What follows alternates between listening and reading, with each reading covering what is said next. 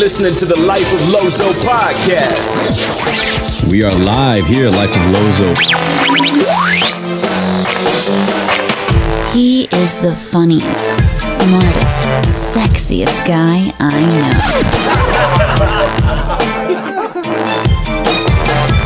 Lozo is now live. Yo, on this episode, I get interviewed on the Facebook Live TV show by my new internet BFF, Andy Falco-Jimenez. Shouts to Roy and April from NetFriending for bringing us together. Hashtag blab, hashtag go blab yourself. Yeah. Thank you to our sponsors, Day 2 Studios, The Taylor Shop Inc., 03 Productions, H. Charles Photos, The Beaver Brigade, Ron Designs Clothing, Ronz More Guitars, The Music Experience, Custom Shirts and more, The Art of Kyle Willis, and of course, Jack's Nutrition. Let's go. This is Andy over at the Facebook Live TV show. I am in Brea, California. It's 5 o'clock where I'm at right here, and I'm excited about today. The other day, I met what appears to be a potential long-term friend, but he's all the way on the East Coast. It seems like a lot of my friends are very far away. Maybe that's a sign of something. I'm not sure what it is. But I've been a part of this group called NetFriending, mostly on the peripheral, but now being brought into the NetFriending world. Lorenzo Estevan, right? Flores is a guy that I met about 5 days ago. Really intrigued by his story. He has 2 podcasts going on at the same time, and you've never heard 2 different podcasts coming from the same guy than I have heard from Lozo, is what he likes to be called. And I'm going to go ahead and I'm not going to delay. I'm going to bring him up right now, and I want to welcome to the show Lozo from Florida, right? Yes, sir. Orlando, Florida, a.k.a. the Winter Garden, a.k.a. the Dub G's. Florida. Hey, but you're going to wear a Detroit hat this whole time, and that's part of your brand, right? Yeah, I grew up in Michigan, and I am a committed fan of teams that know how to lose and choke. So, with the exception of the Detroit Red Wings, everybody else pretty much, I'm a glutton for punishment, and so I represent my Detroit hat, and I've worn it since I was a kid. Oh, wow. Well, it's a great brand, and I'm going to show the logo here in just a little bit. Oh, I didn't start my own thing here. Oh, my gosh. You got me so nervous and so flustered, I forgot to start my own little movie there behind me. And so we're going to talk about your podcast, and one of them is called Life with Lozo, and the one is Hacking Your Leadership. And just real quick, how long have you been doing each one of those podcasts? Let's start with Life with Lozo. How long have you been doing that one? Life of Lozo launched March 31st of 2017, so literally just over a year. And Hacking Your Leadership launched in the fall of last year. I don't remember the exact date that we ended up launching, but we're on, I think, episode 61 now. We do 2 a week, so if my math is correct, it's about 30 weeks ago. So maybe 8 months, 9 months. All right, well, very good. We're going to get into those a little bit deeper and about your history into the podcasting world. But first, what I want to know, because we just met. I don't know hardly anything about you. I know you're married and you have a child or children. I'm not sure what. So why don't you first let us know a little bit about who Lozo is? Yeah, so I am married. My beautiful wife, Courtney, and I have 2 beautiful daughters who are 2.5 and 1.5. So I've got almost a 3-nager in the house now, and they pretty much run the entire household. And I've loved it. I've loved being a father. I grew up in Michigan, as I mentioned earlier, for a lot of my life, and then ended up out in California, living out there, doing some music out there. And once I realized I could live somewhere where there was no snow, there was no looking back. So since then, I've lived in California, Georgia, and now Florida. I love music, anything music related. I was a DJ for a long time, a music producer, did college radio, and that's kind of what the element of getting back into podcasting was about for me, was getting back on air, talking about things that I'm passionate about, and one of those things really being music. So that's kind of in a nutshell who I am. I've also been a retail leader for 20 plus years, and I'm really passionate about helping people develop and helping them achieve personal and professional goals. What does a retail leader mean? What is that? When you go in somewhere and you want to act crazy at a customer service desk and say the customer's always right, I'm usually the person on the other side of the desk. So yeah, I mean, retail leadership, it's an ever evolving, always interesting career. But I think the things that you learn working in retail, serving your community, working with the public, and understanding elements of responsibility and feedback and all the life skills that will take you on, as long as you don't get jaded, because that can happen to quite a few people. But if you enjoy people, if you enjoy meeting new people, and if you enjoy fast-paced craziness, it's the life for you. And I don't know, I'm just kind of addicted to it just because I love the personalities that come through. I love the people that are it's a part of their journey. Sometimes it's for a short term, sometimes it's for a long term, but you meet a lot of really great, interesting people.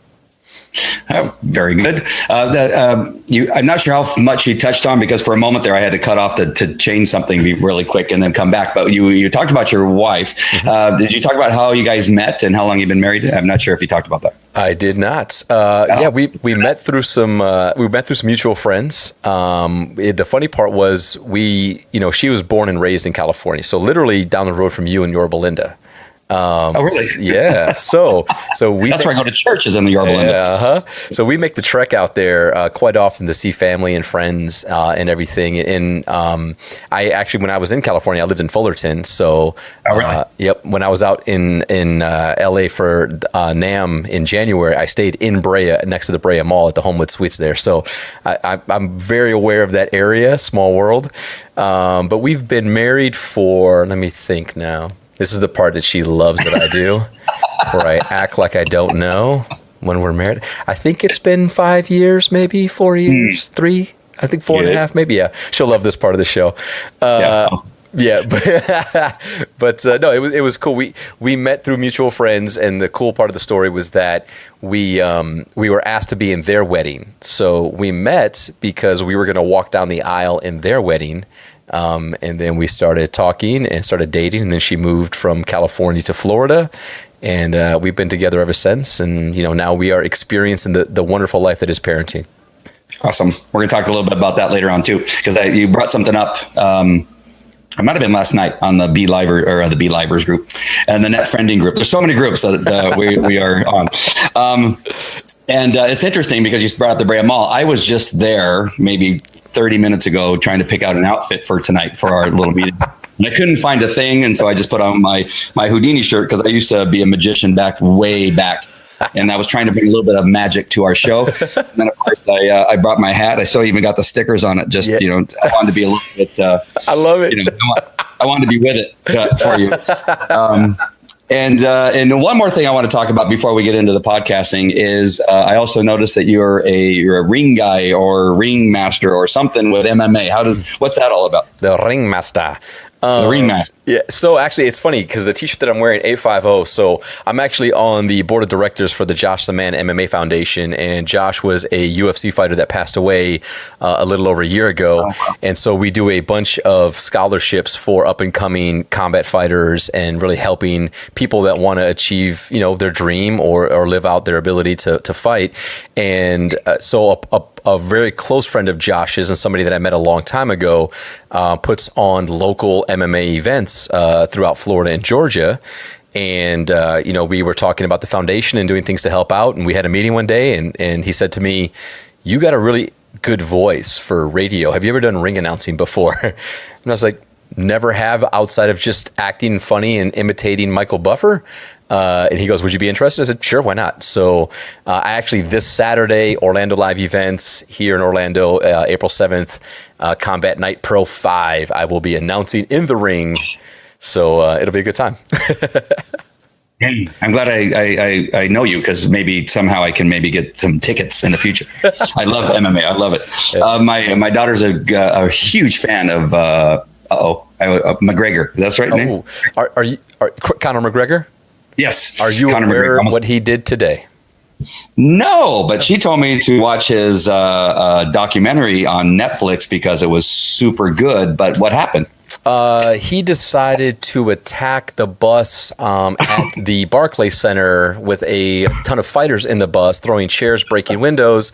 The NYPD is currently trying to find him to arrest him. There's a warrant out for him and the 30 thugs that he took to Barclays Center. And there are going to be lawsuits. He injured a fighter with broken glass. It's kind of a situation today. So we'll see what happens with Mr. Conor McGregor going forward. But not a good look today. Bad decision quality. Yeah. You think? All righty then. Well, let's get right into one of your podcasts, and I have a few questions after we talk a little bit about each one of them. But right here, I'm going to go solo with my screen. We got Hacking Your Leadership. I really do like the logo.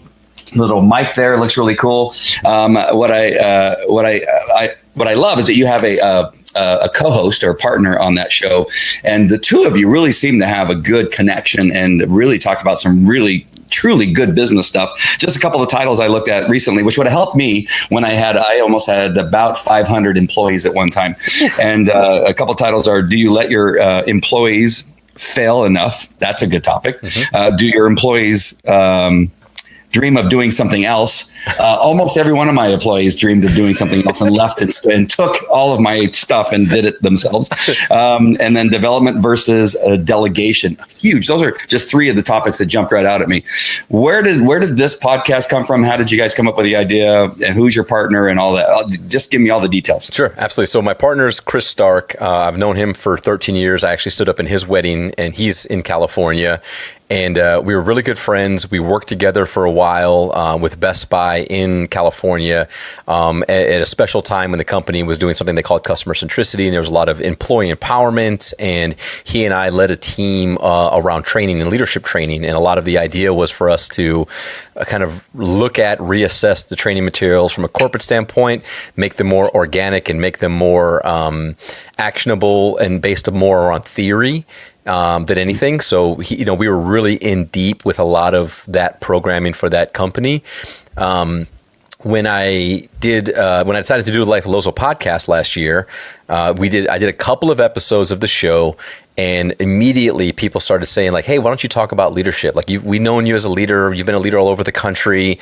It'd be cool to kind of hear you talk about that part of your life too, because you're pretty much talking about like music and hip hop, and your friends are on the show, but you should talk about leadership."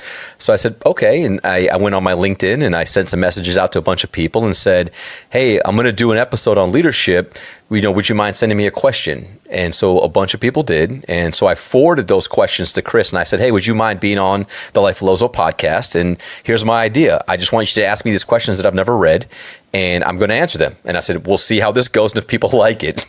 And we did an episode, and it went for about 45 minutes, and we got a lot of feedback on it. They really, really enjoyed it. They really appreciated it. It was unscripted, and it was a little bit of banter back and forth, and it went well. So then we did a second episode of that on Life of Lozo. Same exact thing. Now we had an inbox full of questions and themes, and will you talk about this? Will you talk about that? So I was at a crossroads. Do I turn my Life of Lozo podcast into a leadership podcast or do something else? And what we ended up doing was deciding that let's do something together and let's get some feedback and some thoughts. And so we decided to rebrand and do a second podcast. And, a lot of what people said was, it should be something I can listen to on my way to work. And so we decided to say about 20 minutes of the length of the show. We started with the questions that we still had in the hopper from originally. And then as we started the podcast, we started to post it on LinkedIn and a lot of leadership groups and retail leadership groups. And then the flood started happening of comments and questions and reviews and all kinds of stuff. So we kind of felt like we hit a stride and we really tapped into a market that we really weren't expecting. And so it's just been a great ride from there. And we continue to get tons of questions, tons of themes. He and I are both really into leadership theory, so we watch a lot of TED Talks, we read a lot of articles, we read a lot of LinkedIn stuff, we follow influencers. So there's always topics to talk about, but I think what people have appreciated most about our show is that it's completely unscripted. So Chris will start and say, "Hey, we're going to talk about this," and then we go. and we say a lot of ums. I say a lot of It's kind of my go-to default pause word after listening back. But I think that's, in my opinion, I think that's what makes the show genuine and organic, is that it really is a couple of guys. And Chris is a consultant, an international consultant for leadership, and he's been a director of employee communication. So we have a lot of things that we agree on, but we see them in very different ways sometimes. And I think that's what makes the show great. So I guess I got a question that I would have for you, and this is unscripted also. I'm going to ask you a question that may or may not be difficult. Okay. And that is, what does a leader mean? What's a leader to you? If you were to define a leader in a sentence or a paragraph or however you want to do it, what would that be? Who is a leader? What is a leader? Just the term leader, I believe, is somebody who inspires people to be the best versions of themselves and role models the behaviors, to be able to connect with people and meet them where they're at in regards to their journey of learning about themselves and learning about what they're doing. And, and really takes the time to own the responsibility. By title, I say the minute that you become a leader, you are now directly responsible for the development of others. And that's really what it is to me. I think that, for a true leader for me is somebody who creates apostles and not soldiers. So they lead and they carry themselves in such a way that, people choose to want to follow them, versus being forced to follow them. I like it. I like it a lot. I really could have used this podcast when I had all the employees. I'm down to one because it was miserable having employees, by the way. But that's a whole other story. Your podcast would help people it not be that miserable of an experience. Part of my problem, what do you deal with in any of your episodes with the 20-somethings that feel like just everything should happen regardless whether they work or not, that they deserve a paycheck or that they don't get enough time off?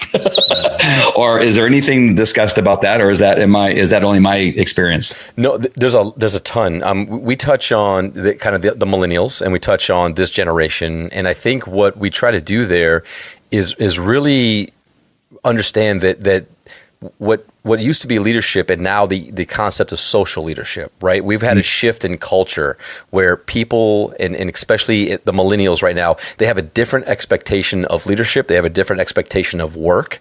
And really to best understand and to lead them is to talk to them and realize that their expectations now are that you provide a culture in which they can learn and which you can actually align with their strengths. And so it's a very different way of leadership and very different than what we maybe saw 20 years ago and 30 years ago. But I think every generation has this type of different evolution when you go back to, the early days of the assembly lines and all the way through, the boom of, of blue collar jobs. And you get into things like, the financials, the .com eras. Like every generation has this change in expectation from what they want to see in a job. And it's no longer the old, I clock in, you tell me what to do, I do it, I clock out, I go home.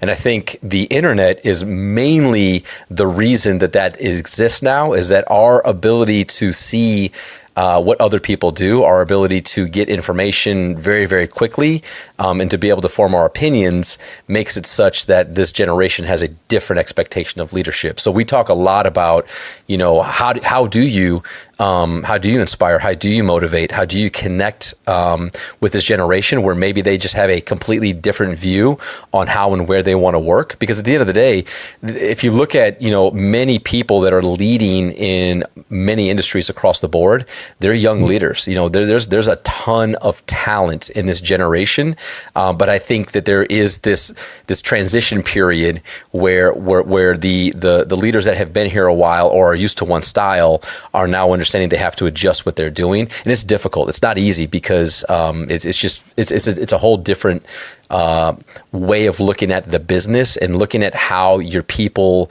value the organization and how they want to be treated. Right.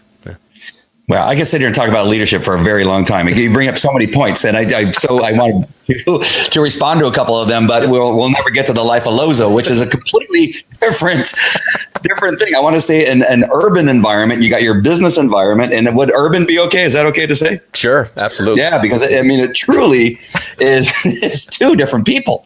You got this urban thing, which helps me understand how you can connect with the 20-somethings and in that. What is it? Is generation what? Well, it's the millennial generation, the millennials. Yeah, that. Yep. Yeah, that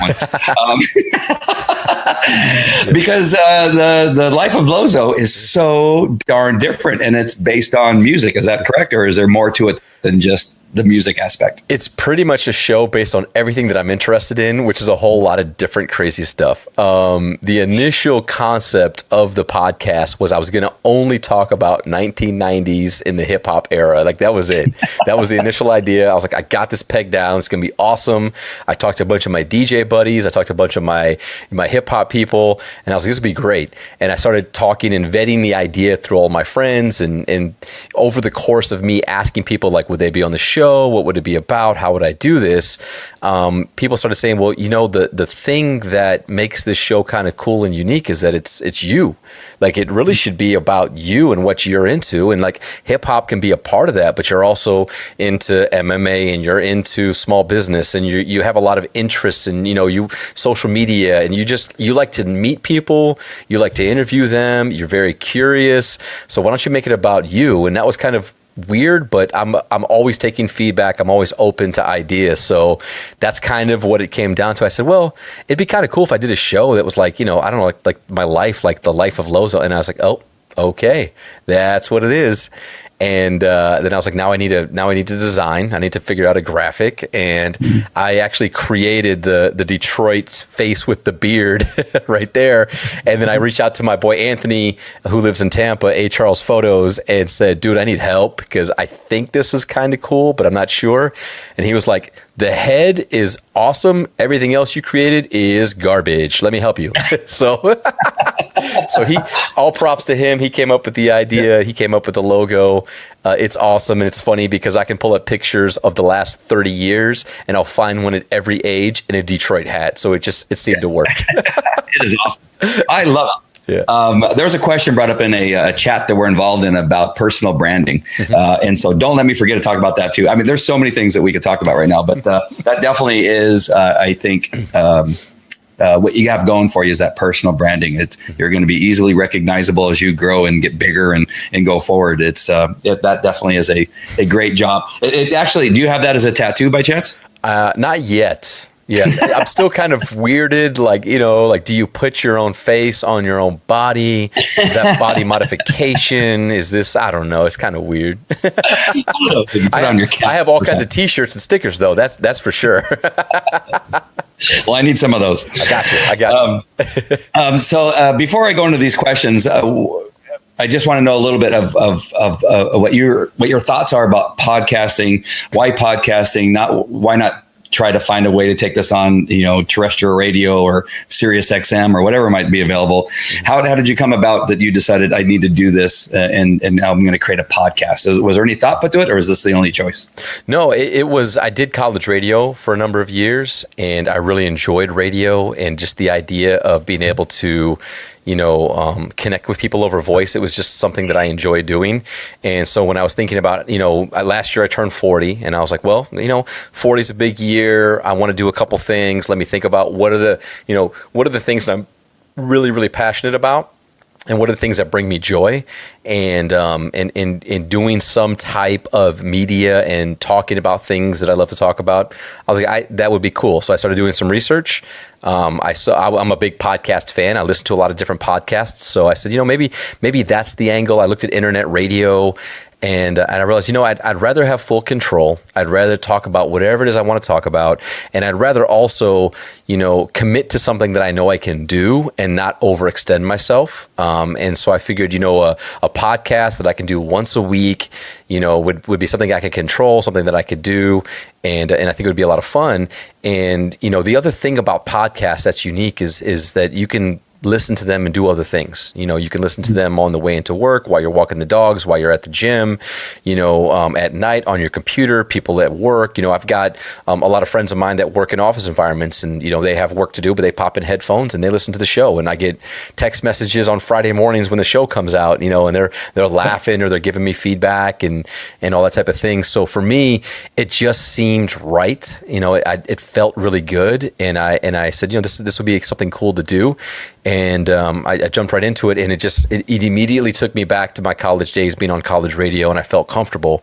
And so now this, the meeting you and going into net friending and using Be Live and now doing live streaming on video, this is new to me, and this is something that I would tell you I was really uncomfortable with to begin with. I was like, you get in video, you're in front of a camera, you got to have lighting. How does this all work? Because I would rather just talk and record and then publish. But this is me getting outside of my box, my comfort zone, and seeing that there's another medium here. There's more of an intimate connection here. So I'm just learning. But yeah, I think the voice in the future, there's going to be a lot more voice that people will be getting into. And very soon, I think the idea of terrestrial radio is going to be hard for people to kind of utilize. I think it's going to be all on-demand podcasting and then video streaming. Just like TV 1.0, TV 2.0 is coming, and it's you got to get ready for it. This is where we're at. As far as the being on video versus the podcast, I think for me, what it connected with me is that seeing the logo, seeing your Facebook page, but then seeing you on video kind of brought it all together for me. And so I really like that you're bringing those two together. For me, it seems like there's a really cool way of connecting with you. And now when I listen to the podcast, I see you, I can see you talking behind the mic and that kind of stuff. And it makes it even more of a connection. I think that's the beauty of bringing video into your podcast. Yeah. No, I totally agree. I said I'm enjoying it. Chris and I were talking about it a couple nights ago about where we want to go with hacking your leadership, because a lot of people, we've teased a little bit around maybe like a live element, and a lot of people have wanted to join the show, ask questions on the show, things like that. So we kind of felt that like the next thing for us is to take what we do in our conversation and probably start to broadcast live and allow people that want to hop in and ask questions and communicate them with them in real time, because many times we start to talk about a theme and then we get on a tangent, or we feel like we've closed the chapter on the question, and then we get a follow-up email that says, hey, really enjoyed the show, but can you give us some more context here? What about this question? What about in this industry? And so, we feel that would be the next thing for us. That way we can actually get deeper when the audience wants us to get deeper into certain subjects.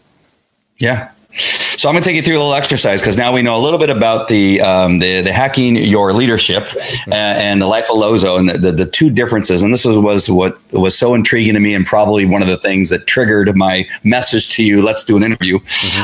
There's a little bit of a thing I take some of my students through in when they're trying to decide who their market is, what their message is going to be, and what media they're going to choose. Right. So you first have to start with who your market is, and some of the questions I want them to ask themselves is what, in regard to what you're trying to sell, what is it that your market, the people you're thinking are going to buy your thing, what is it that they love? That's question number one. What do they love? So in the occasion of Falco Canine Academy, which is my dog training business, is that my people generally love rescue dogs. They love story about the police dogs. They love seeing dogs in action and being used for greater things, right? That's what they love. What they hate is the next question. What do they hate? They tend to hate euthanasia, kill shelters. There's some people that are in the training business that they hate, and I identify those so that I know what they hate. So I know what they love. I know what they hate. And who do they love? That's the next one. Who do they love? It doesn't have to even be related to the subject matter. So they could be, say, Republicans, and they hate, or they love Trump, right? And then the next one, who do they hate? And they hate Hillary, right? So it could be away from what it is that you're trying to sell, but you just want to get into their psyche a little bit, what type of people they are and who they are.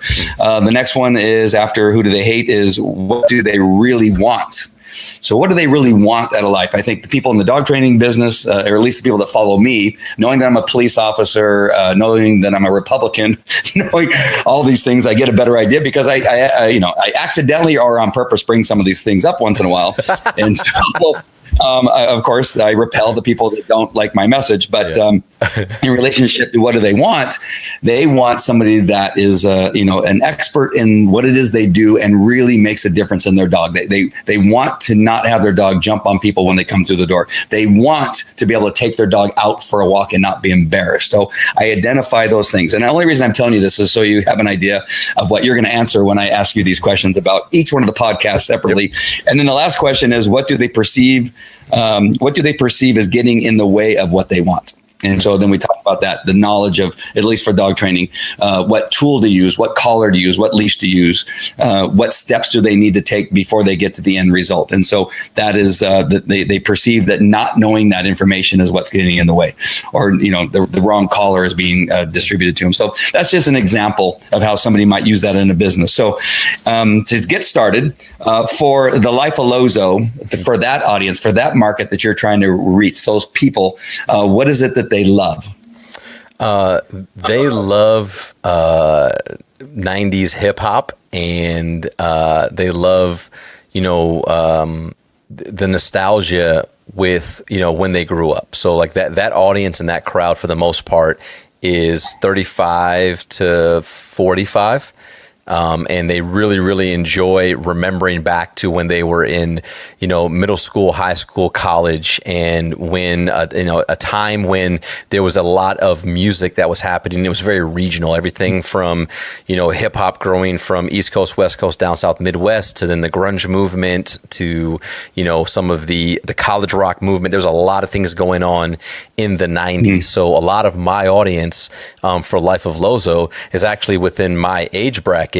And they love the things now as adults. They love to talk about things like small business. They love to talk about things that maybe they've had an interest in but never really understood. So things like social media, things like, one of my favorite guests that I have on all the time is my friend Christian, and he's the private jeweler, and he's a sales consultant, and he's got tremendously great stories because he's about my age. He's a little bit younger, but he's about our age, and what he shares and the way that he knows these things, it's just it's a cool thing. So that's what I would tell you, that my Life of Lozo audience and the listeners that really buy into that show are around that age bracket, because they can remember back when that came out, that happened, and so they're really aligned with my psyche of things that I remember and how they impact me now as a 40-year-old.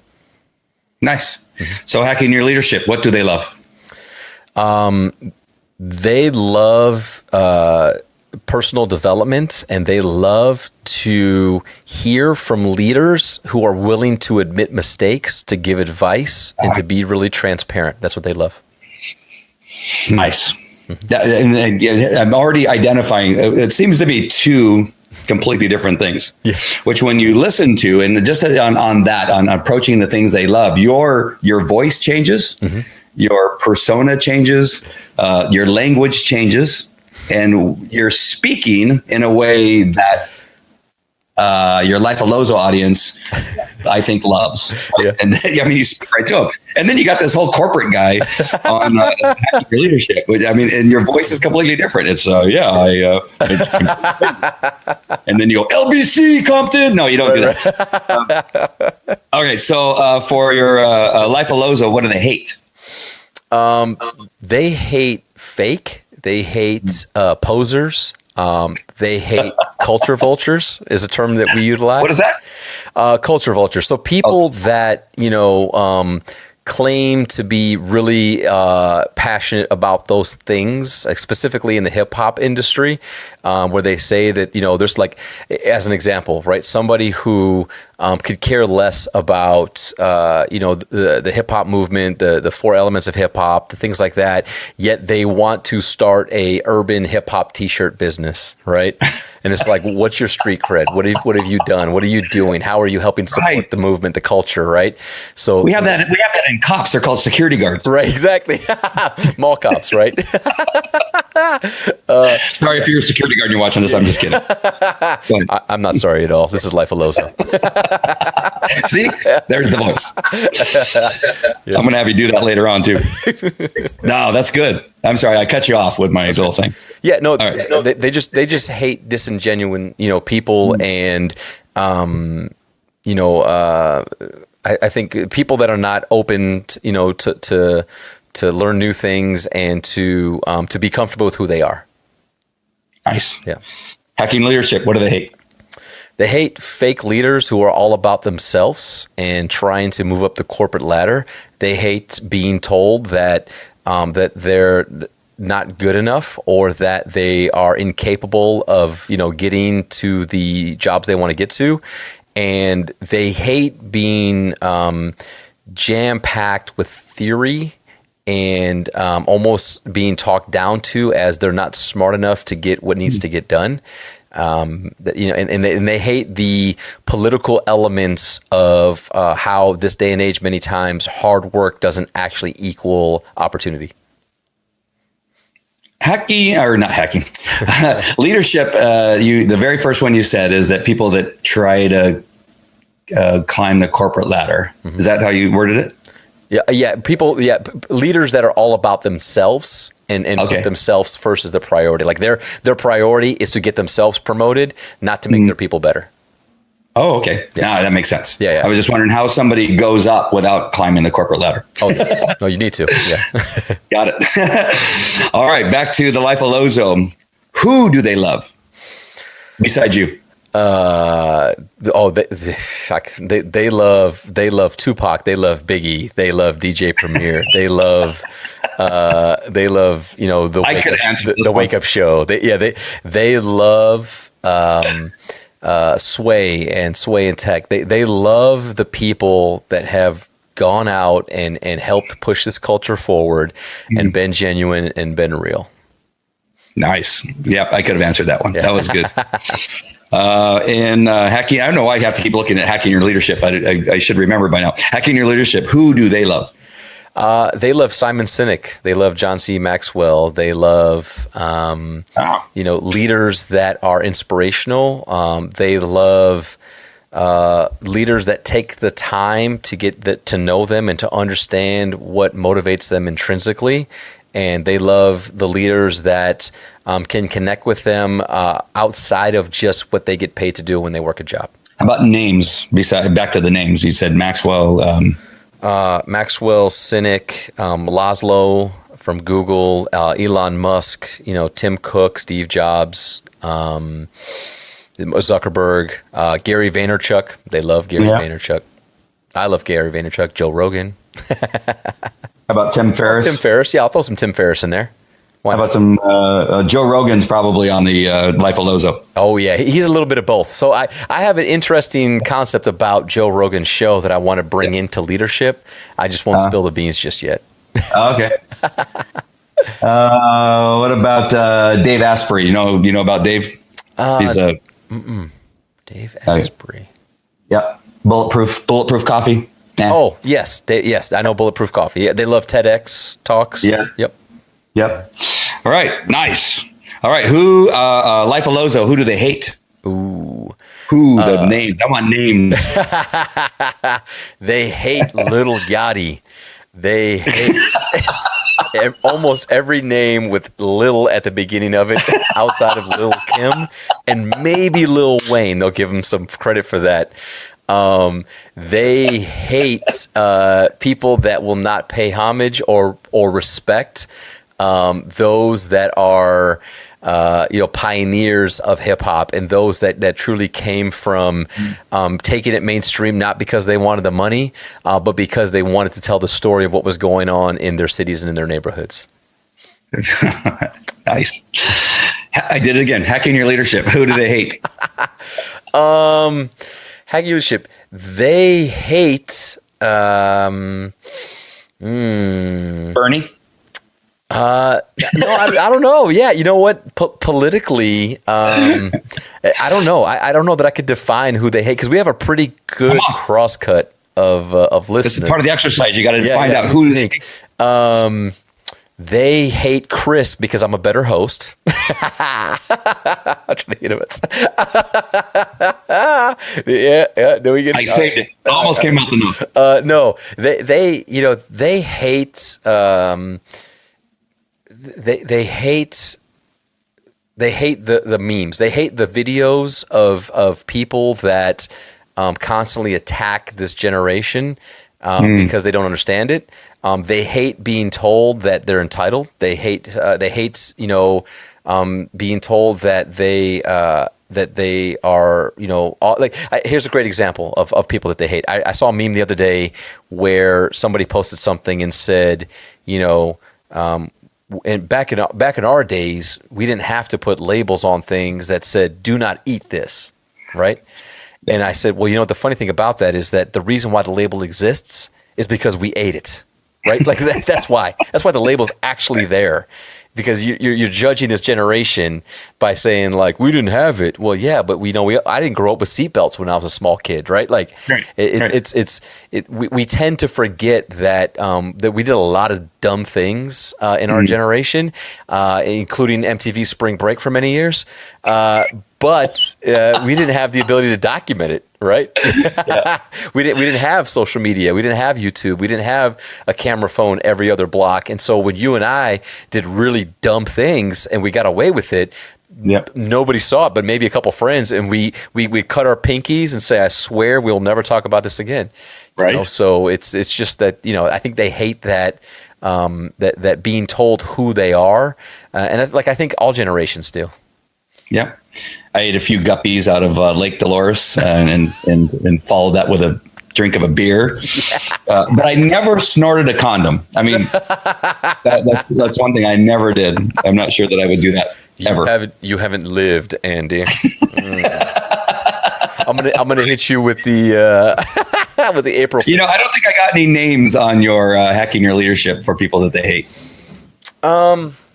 There's got to be somebody, and I don't want to push. This is a really important exercise if you're going to know who your audience is. They hate their sucky bosses. That's not a name. Yeah, that's not a name. All right, we'll come back. Absolutely despise. That's a great. We'll come back. There's got to be somebody that they hate. All right, back to the life of Lozo. What do they really want? What does your audience for the love of the life of Lozo really want? They want debate. They want opinions that either validate what they're thinking or that they will respond and say, kill yourself. We could not disagree with you more. That audience loves debate and they love stories. They love stories and funny things that have happened. But I'll tell you what, my most popular shows on there is when we get going on opinions of different things, and especially when it comes to music. I did a top 5 MC show after I surveyed 100 people, and that's always the most unpopular thing to talk about because everybody has an opinion. But they loved it. They ate it up. I actually did that show live. That was one of the first shows I ever did live streaming on Facebook. And a lot of views. I think it's somewhere at the 1,500, 1,600 views at this point. And yeah, it was a big show. And but people, they just love debate. I think that's where much of this really comes together, these questions and really knowing who your market is. And then if knowing what they love, after you've done all that stuff, you can really zero in on some of those topics that are really will catch their attention and cause them to share and like and all the other stuff that you're supposed to do to get people to watch. So that's really important, I think, to understand that. So that then brings me to hacking your leadership. See, I didn't look. What is it that they really want? What do they really want when they come to your show? Or what do they really want out of life? Or what do they just really want in general? They want to hear leaders talk about real themes and real questions. They want basically to hear what's going on inside the manager's office when the door's closed. That's what they want. This is exactly what they want. They want to know, as a leader, when we get on a show and we talk about something that is meaningful and or not popular. We had an episode, one of the biggest episodes we ever had was talking about employee pay. and what does that look like, and how do you make decisions, and things like merit reviews every year, and pay increases, and talking about your pay with the peers and employees and things like that. And a lot of leaders message us about the show, say, man, that was a really, really good show, because you said a lot of things that we really would not say to our people, because it could it could open up doors or conversations, but because it's a conversation between Chris and I, we can voice our opinion, we can share what we think, and we can say things like, look, if you don't come to work and do your job or work hard, or you slack off all the time, I dare you to come talk to me about wanting to make more money.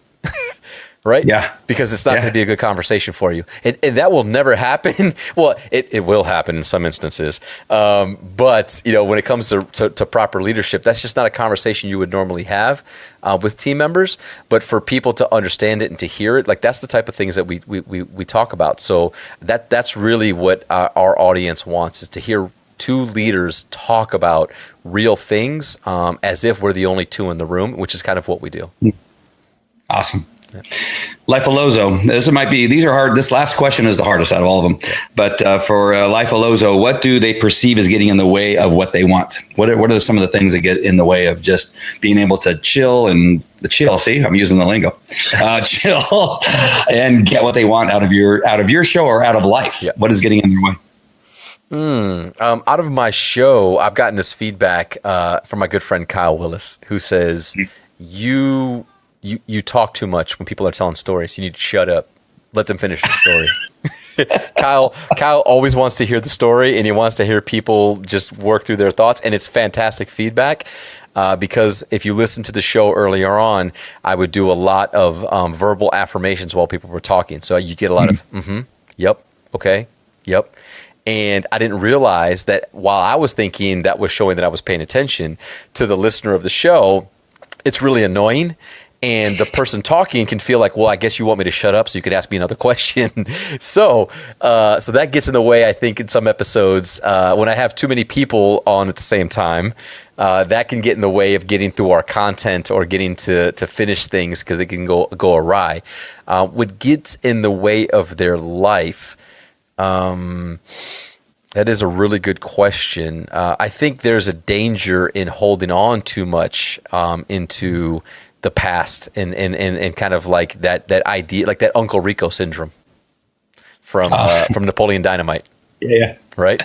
If all you're doing is living about how that time in that era was the greatest era in time of forever, and that these kids and this thing, and it's not like it used to be, and you want to dress that way and act that way and believe that way, I believe that it holds you back in involving yourself personally, and it limits your opportunities going forward. It's never good to live in the past. You can appreciate the past, you can remember the past, but if you're living in the past, then how can you go into the future?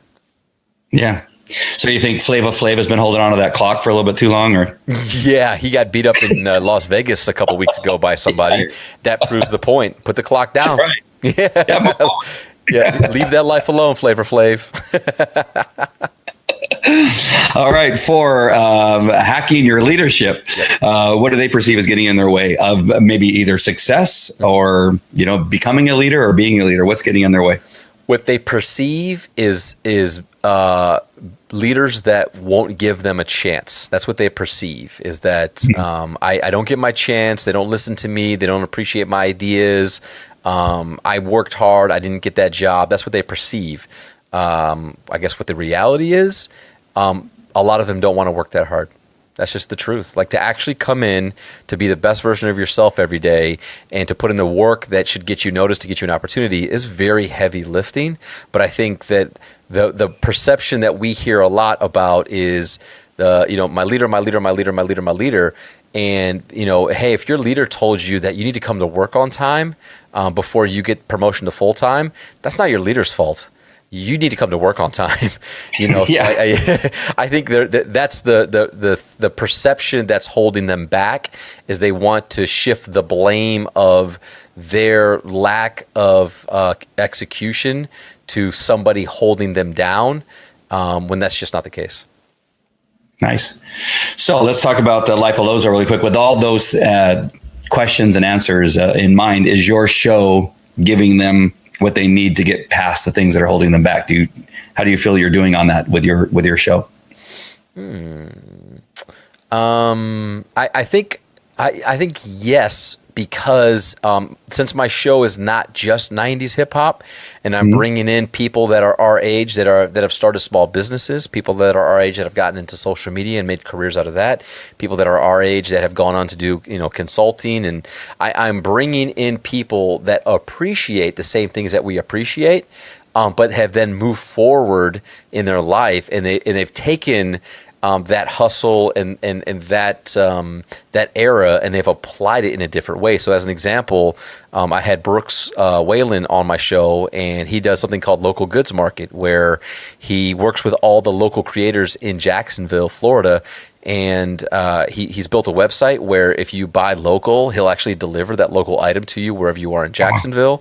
And it's a cool place to go to see like what's going on. Like if I want to support a local business or a local creator, I go to Brooks' site, we go from there.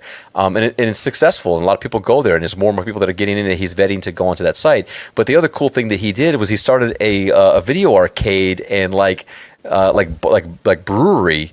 Or something that opened up like a couple of months ago, where it's like all these arcade games from the 80s, the 90s, and wow. But it's perfect. Like that's exactly what I haven't brought him on the show to talk about that yet, but I'm going to bring him down to Orlando and we're going to chat about it because it's a fantastic model. It's awesome, and that's what I'm saying. He's applying what we appreciate from the past into the now to then create a business model and be able to serve that consumer. So I think that. If people take that context from the show, that would make me really happy. In full transparency, I don't think about the show content that way. I'm not thinking about how can I add value. So I appreciate this practice because I'm thinking about that now that we've discussed it. I'm thinking about how can I be more intentful with who I bring on and the message that I put on the show to maybe help some people connect some of those dots and move forward. Yeah. All right. Well, then now let's take it over to Hacking Your Leadership. How are you doing in delivering the message to the people that we just identified? I think a pretty good job. I think that based on the feedback that we've seen, the reviews that we've seen, the subscriber base that we've seen, and the continuing amount of interest and messages that we get, I think that we've done a really good job in two things. And number one, helping leaders, think about how they lead people differently. And like a great example, I got a message from a leader in New Hampshire last week after one of our episodes came out. We talked about, it was the delegation versus development versus shirking responsibility that we talked about. And she sent us a message. She said, I just finished your show. And, I don't have the opportunity to delegate a lot. I have to do the job of my team quite often because I don't have a very big team. And so I feel like I'm not a good leader based on how you guys talk about the importance of delegation. So we responded to her and he said, look, delegation does not equal good leadership. It is something that as a leader you need to be good at, and is very helpful to free up your capacity to do some other work and develop your team. But if you're in a situation where you don't have a large team and you're not capable of delegating, then you can be a great leader by role modeling and helping people get great at the work that you are all doing, and also listening to them and helping them with their personal and professional goals. But we're going to do an episode on that comment to say here's the comment, here's the question that she has. How do we go deeper into that? So I think that we're delivering well on the message, and we're helping. And at the same time, I have people that are not currently leaders that listen to the show because, again, they want to hear what happens in the manager's office, and they want to get a better insight on what they should be doing if they're trying to position themselves as a future leader. Nice. Yeah. Just to go back really quick to what you talked about the yeah, and that kind of thing, is that when I've learned now that I've been interviewing people, if I stay quiet during the times that people are really hitting some marks, and they can just go on. But once I see them going down a rabbit hole or trailing off of something, then I go, oh, okay. And I'll start then chiming in. And I have not had to really come in on you at all, because that information you just laid out is gold when you're setting up a podcast and really directly impacting your market. That's when you get those kinds of responses and people going, what you said may have changed my life or may have changed something that I was doing. And that is beautiful, and a beautiful thing that comes from that. So just keep up the good work. Can I talk to you a little bit, if you don't mind, about what your end goal is in regard to, in the end, these are all hopefully businesses that we're trying to, there's some things you can do as a hobby, but you can't have a hobby unless you are, feeding your wife and your kid and keeping a roof over your head and that kind of stuff. Is there a strategy for monetizing Life with Lozo? I know that you have people that you give shout outs to and that kind of stuff and talk about businesses. Is that a form of revenue that you're having? Or if you don't feel comfortable talking about, that's fine. But what is the monetization aspect of Life of Lozo? Yeah, so Life of Lozo has some sponsors, and really it's small businesses and friends and people, because again, for me, the podcast was about doing something that I love to do and that I really wanted to do. So it's more about me living out a passion and doing something that I've always enjoyed. That's what it was all about. But when I started talking to people about it and getting their opinions and asking them about content, what did they think about it? I started getting people saying, well, are you looking for sponsors? Like, how can I be involved? What can we do? People came to you. Well, it's just in conversation. Yeah. Because it's like, having the network that I had and the people that I knew, it was just, hey, I'm doing this thing. It's really cool. Like, I'd love for you to be on the show. And they're like, yeah, of course. Like, well, what do you need? What do you want to do? So it was interesting because the intent for me never was to actually like monetize. It was literally just, I want to have fun doing something I love, So the sponsorship thing is one thing. I use it as a way to promote the businesses and things that my friends do. Shout out to Squiggy, I see is on the show. My boy Carmen, dropping in some comments with the music experience. But he's one of, that's my dog. He's there we go. Yep. He's one of those that that again I want to be able to help my friends in any way that I can, and if shouting them out, putting them on the show, talking about stuff is something that will add value, then that's what I'm all about. So the Life of Lozo for me is not a thing that that I'm thinking in that mindset. However, I've been approached by many people and asked, to talk about small businesses and some of the things that they do. So like, I don't mind doing it, but for me, it's just a passion thing. If it leads to something bigger, then cool. You know what I mean? But it's not that. Hacking your leadership, on the other side, we have very specific. Wait. Oh, go ahead. Sorry. I didn't ask the question. Okay. Whose show is this after all? I'm sorry. It's your show. You're really.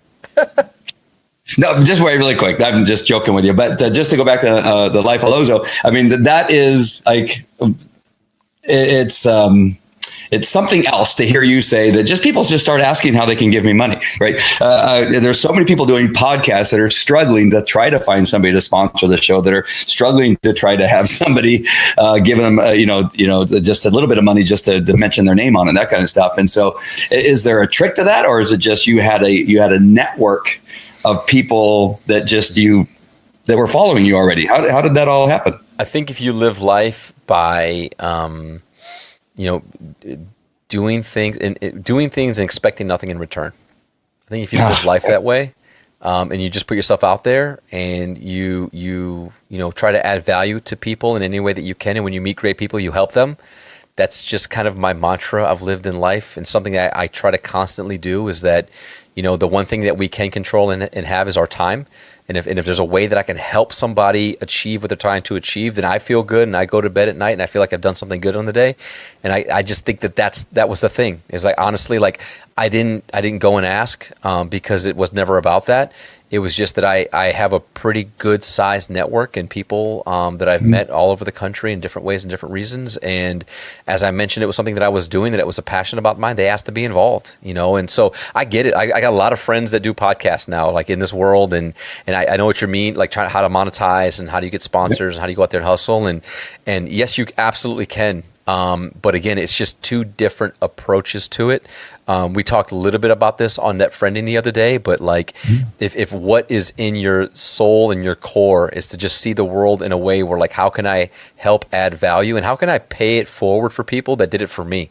Right. I've been many times in my life where I needed help, and whether I asked for it or not, there were people there in my life that helped me.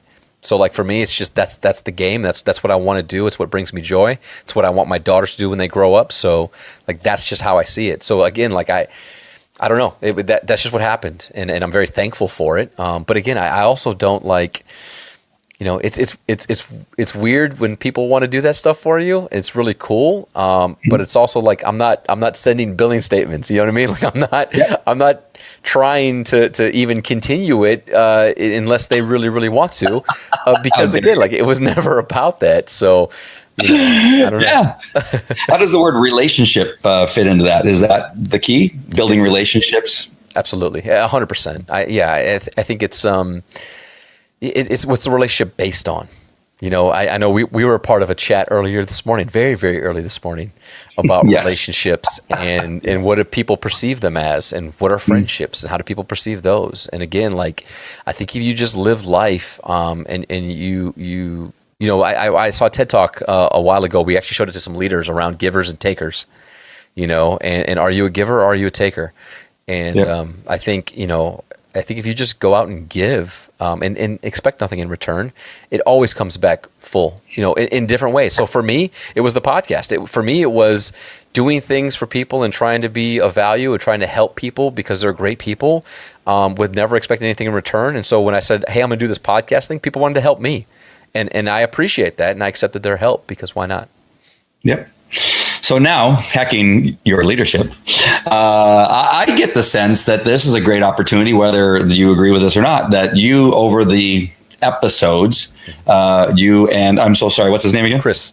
Yeah. Chris, you and Chris, the way that you speak, and I love it. I've listened to it, and I listen to both. But I love what you're talking about. You, in a sense, whether you meant to or not, are setting yourselves up as great mentors, consultants, trainers, teachers that people would want to bring into the business. Hey, help us here train our leaders to be better leaders. Is that a model that you're looking for, or something not even related to that? Yeah, no, that's, you know, for us.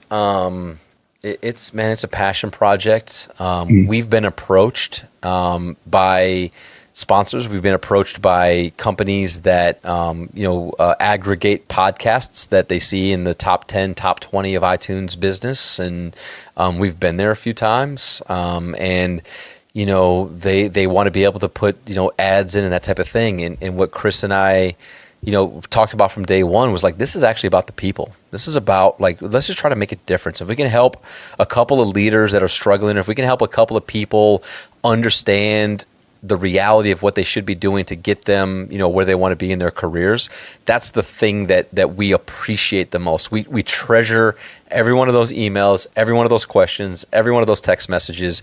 That's what gives us the fuel to want to do the show. So we've been very deliberate about saying, like, we don't want to take on any sponsors unless there is somebody out there or a sponsor that is in the same mindset of trying to help add value to those people that are trying to do this work. So, you know, the last thing we wanted was like me to be like, you know, or we're in the middle of a conversation about, you know, personal development, and then it goes, and, you know, the Hacking Your Leadership podcast is brought to you by Casper Mattresses. Sleep well tonight. Like, it's just not, you know, like it's Falco-Jimenez Academy. Exactly. Human. Right? Yeah. But well, I could do that on Life of Lozo, because it would be like, where my dog's at, you know, and then we do the Falco ad. I got you.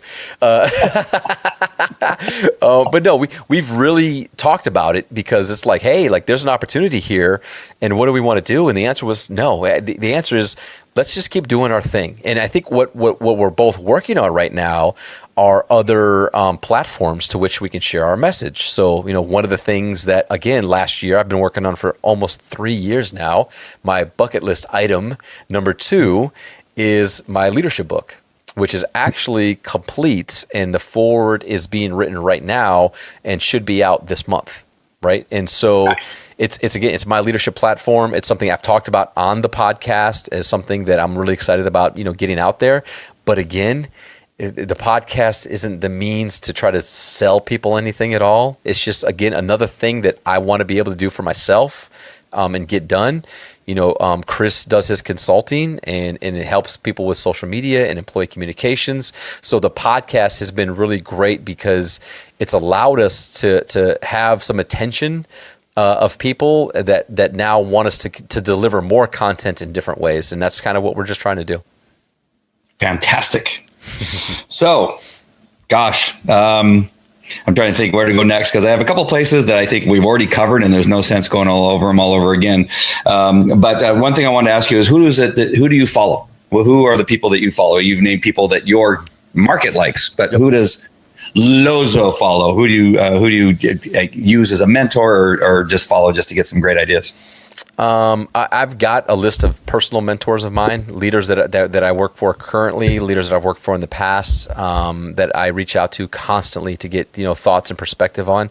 But I follow and listen to Gary Vaynerchuk. I read Simon Sinek. Currently right now I'm working on social leadership. I've read John C. Maxwell. I've read 1 Minute Manager. I've read some of those larger theory leadership books. So I'm always open. There's a couple of LinkedIn influencers. cottoncandyfish.net. I can't believe I'm losing it right now. But there's a couple of influencers that are on LinkedIn that I really, really enjoy their content and their stuff on leadership. And of course, Joe Rogan. I am a TED Talk addict, so I'm getting bits and pieces from different leaders and authors and things like that. So I consume a lot of content to help me shape my own leadership, but also challenge how I see the world. But those are just some of the names right now that I really, really get into. Awesome. The last thing, or not the last thing, I got two last things. What does Lorenzo Esteban Flores, what do you want? Think about this. What is it you want? What do you want? Not necessarily with the podcast, not necessarily in relationship to business. It can be, but what is it that you really want?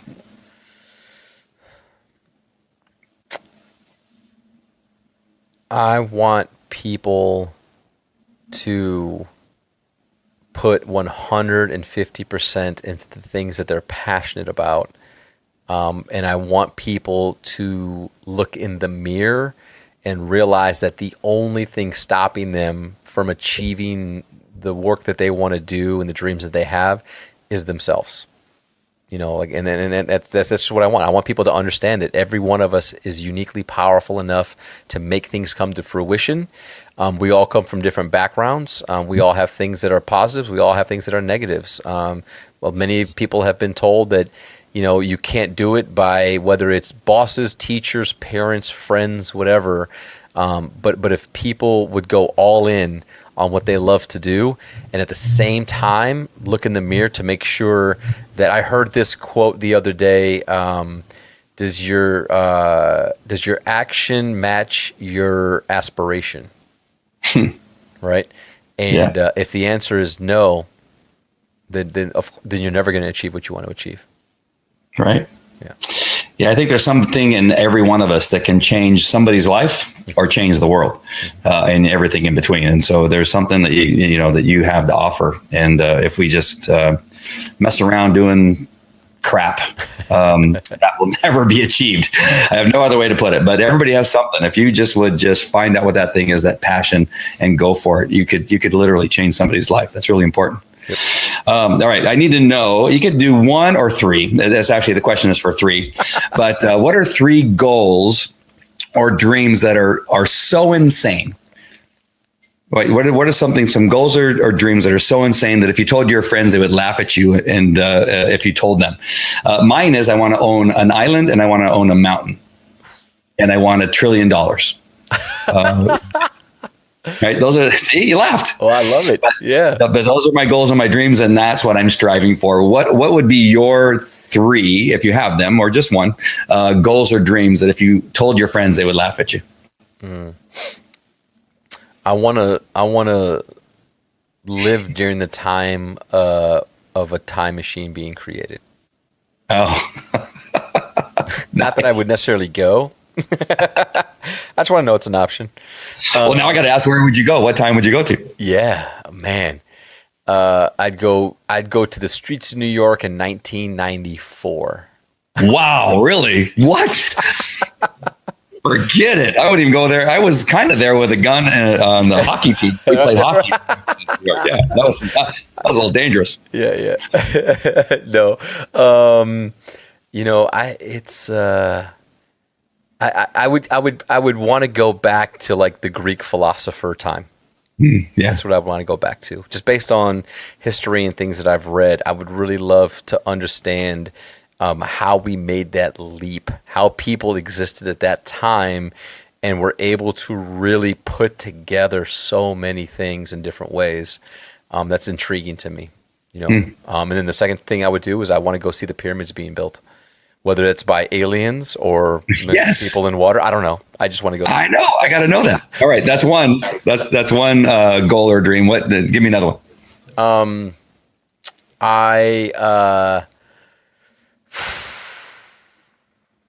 I want to have enough money that I could buy every house of every one of my friends and family members and give them the deed.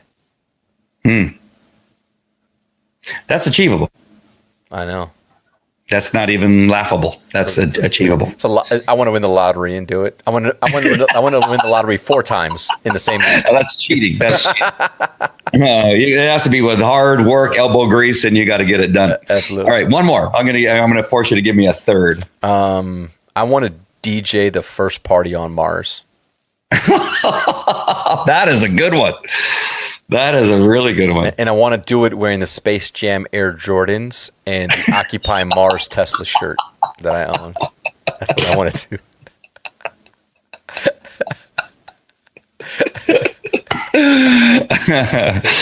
Nice. I want that one. I'm gonna change one of mine.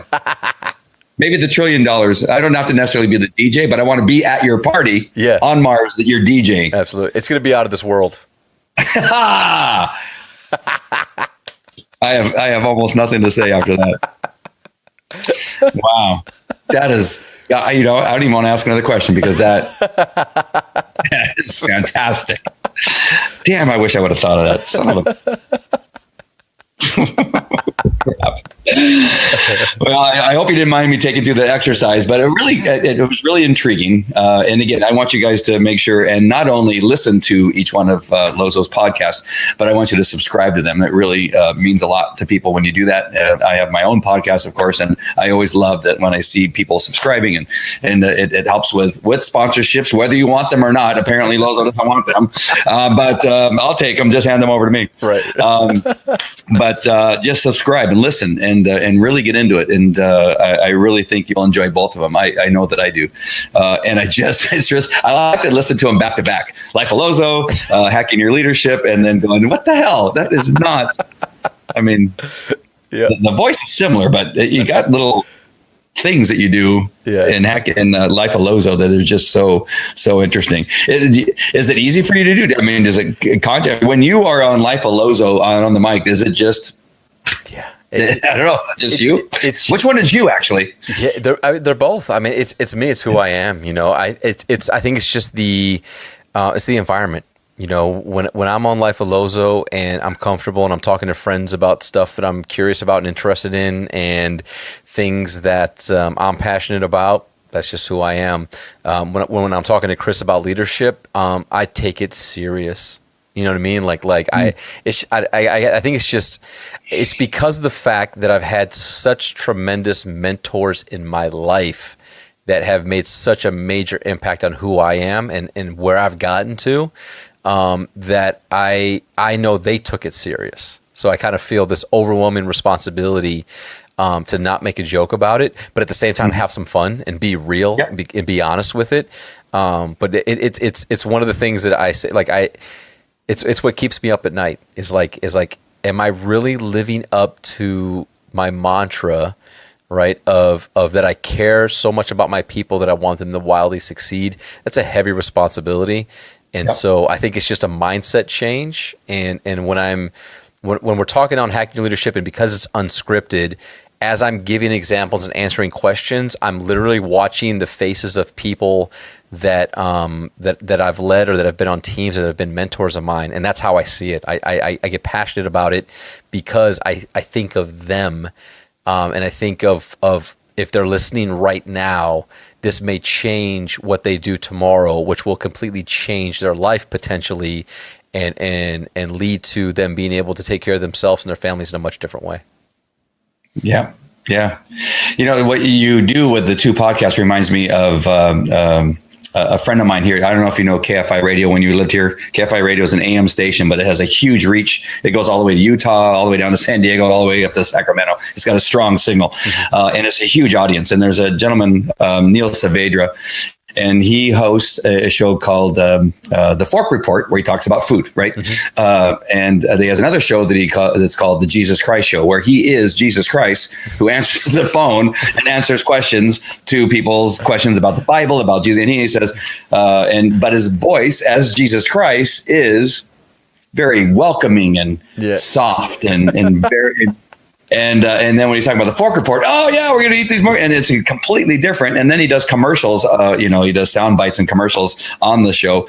But he has these two personas, and I asked him the same thing. I go, how is it you do it? He goes, I don't know. When I'm doing the show, I didn't even realize it until you just told me. I go, how are you kidding me? I'm the only one who ever told you that you have two different voices and two different mannerisms of speaking. Yeah. And he goes, yeah. He goes, I never really thought about it, but when I'm speaking as Jesus Christ, I'm Jesus Christ, and right, exactly. Yeah, and that's it. When I'm in Hacking Your Leadership, I'm thinking about being a leader and my responsibility to people, helping them grow. When I'm on Life of Lozo, I'm just doing dumb stuff with my friends. That's a great way to put it. Yeah. But they're both smart. I think they're both very smart podcasts. I enjoy them very much, and I'm grateful that I've met you. I'm grateful that I've had the opportunity to listen to both your podcasts. Even if I didn't meet you, I'd still be listening. So I really appreciate your time. I hope everything went okay with the show. I loved it, man. This is great. No, it's fantastic, man. I was excited. I was posting and sharing all over my social media because I've never been in this chair before in my life. I've never been in the video stream interviewee chair. So it's great. Hey, I'll jump in. Let's do it. Right. Net friending 101. Get out. Yeah, I'm excited about the people that I could see that were joining us. Chris Stark. Oh, wow, there's more. Well, I'm lacking here. I'm so into our conversation. I'm normally better at posting these things. Chris Stark says that Lozo wants to have 7 more daughters. Hey, hold on. Keep that comment up real quick. So while we're on Chris Stark's comment and trolling, take a look at that picture of him in the background when he was a part of NSYNC before he got kicked out for playing water polo. Yeah. Chris was actually a member of NSYNC, and then they found out in his high school records that he played water polo, and the ultimate cool factor fell off, and they had to kick him out of the band. It's a true story.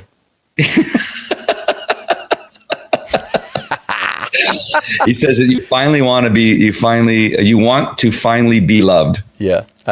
I'm loved by him. Yes. And of course we had April with us, of course. We love April. April's fantastic. Jeff Adams. Don't forget. What's that? Jeff Adams.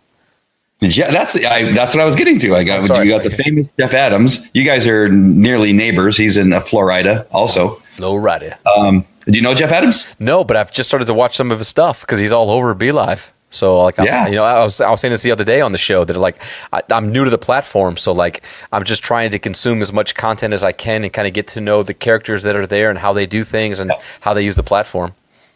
Yeah, we got a celebrity in our midst. Yeah, I see Miguel. I don't think he commented, but Miguel is part of our group down here in Southern California. He's in San Diego. I have a mastermind group that I run, and he showed up at one of our mastermind events a couple weeks ago. We love Miguel. And who else? Jeff Adams, Roy. Of course, Roy is here. Of course, Roy. Roy is the master of one-liners. I mean, what do you call those things that he comes up with? What are those called? He called them selfie quotes. Selfie quotes. I call them punchlines. But yeah. I don't know. They are amazing. I don't know. He must have these Post-it notes all over his freaking house that has all these things on there.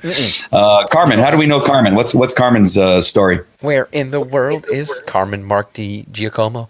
That is Squiggy. That's my boy Squiggy. So Carmen, he is Italian as it gets. His mom makes the most amazing Italian food, but because I'm currently on a keto diet, I'm not allowed to eat any of it. So I'm upset by that.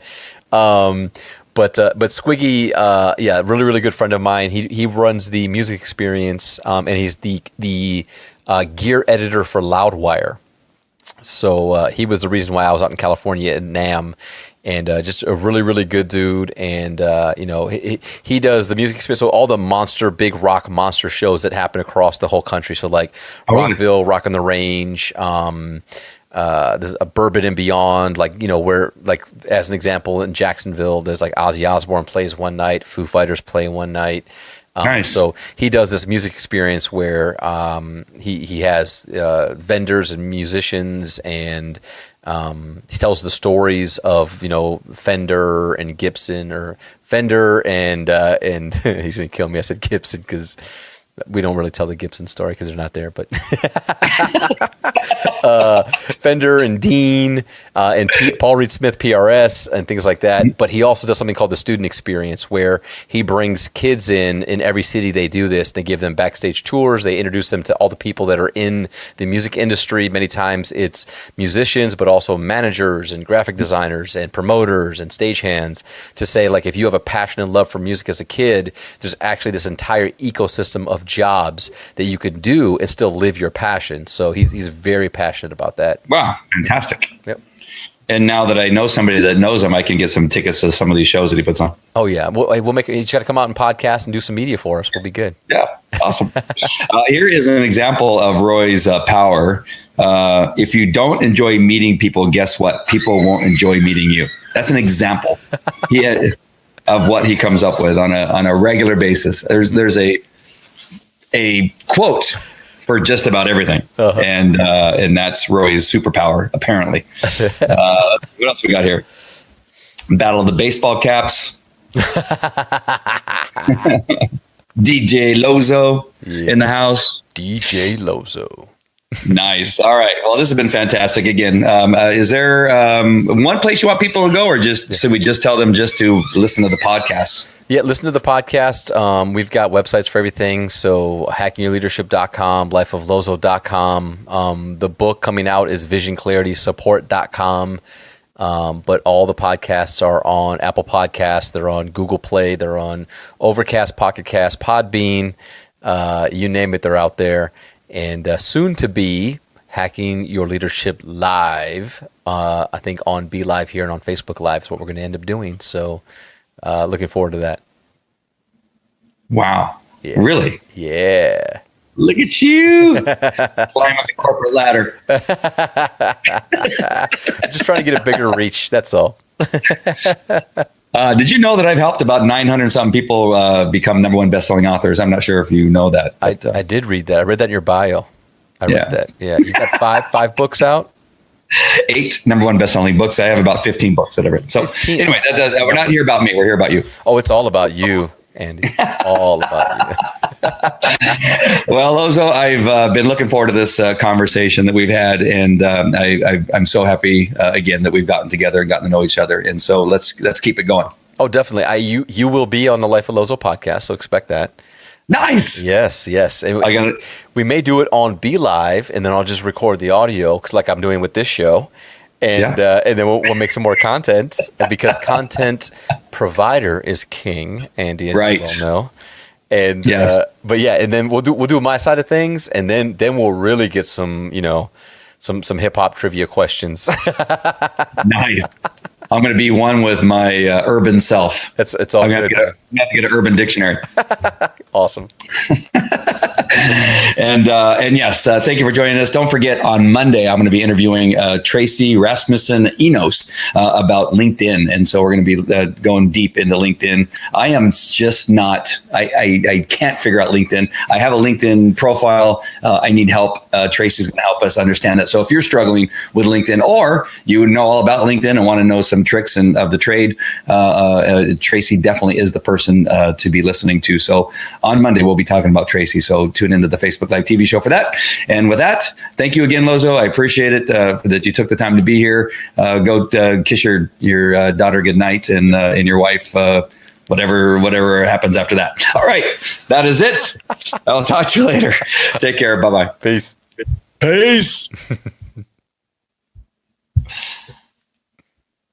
Nice. Well, that was fun. Yeah, man. It was a great time. Good times. Heck yeah. I had all these notes all over the place, and they just kept coming. Simon, I did want to admit that I don't know who Simon Sinek. Sinek. Sinek. Sinek. So he's got a couple books out. Leaders Eat Last, Start with a Why, are some of his books. And he is kind of new to the game as far as like his celebrity status and author status, but he's got some really good content. Yeah. Nice. Yeah. Yeah. And I didn't know, I mean, yeah, Fullerton, I'm in Fullerton all the time, downtown Fullerton. I have a friend that owns a restaurant down there, and I eat. Which restaurant? Momo Sushi. Momo Sushi. Okay. It's been around for years, since I was like 18. It's been around, but and he was like 18 when he was running the restaurant. But Momo Sushi is now in downtown Fullerton. It was next to St. Jude's Hospital, and then they moved. But it is probably one of the best sushi restaurants that I eat at. What else? Roscoe's. I don't know if you ever ate at Roscoe's. Yeah, absolutely. Yeah, spend a lot of time there.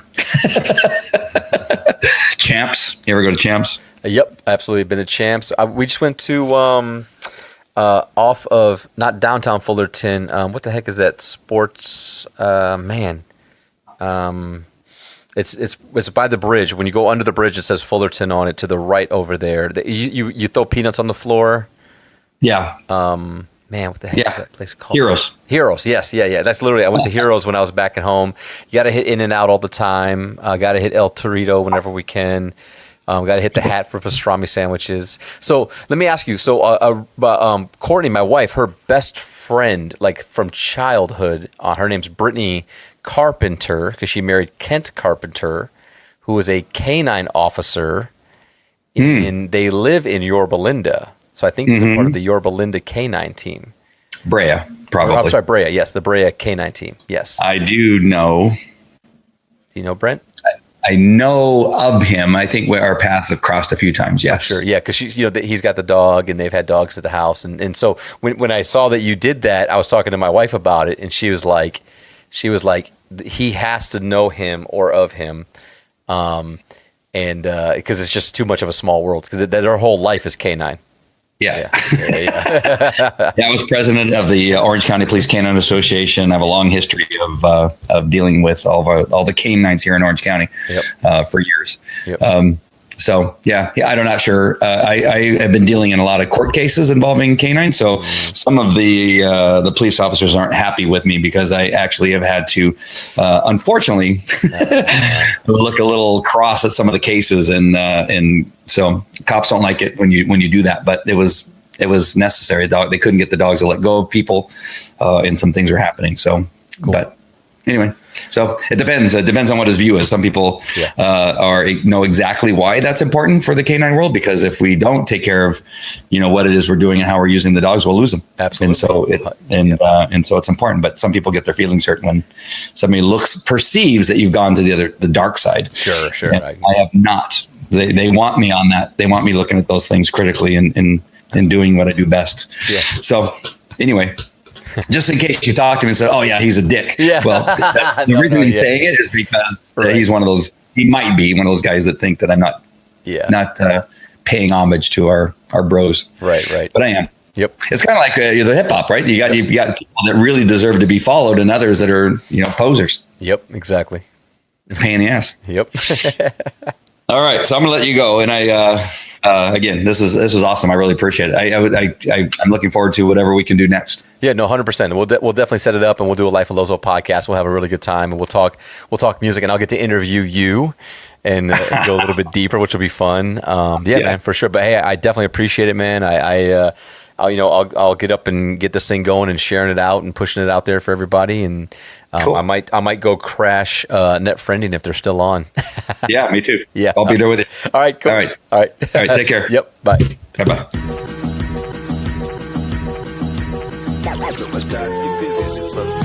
The Life of Lozo podcast is brought to you by Stay Tuned Studios, STS Podcast, Taylor Shop Inc., 03 Productions, The Beat Brigade, Ryan Designs Clothing, Ronz War Guitars, The Music Experience, Custom Shirts and more, Local Goods Market, The Art of Kyle Willis, The Josh the Man MMA Foundation, and of course Jack's Nutrition. Yo, if you're an independent hip-hop artist, please holler at your boy. Send us some music. We're doing some reviews on upcoming shows. And of course, if you like the episode, please share it and tell all your friends about it. and rate it on iTunes. Thank you so much, y'all. Peace.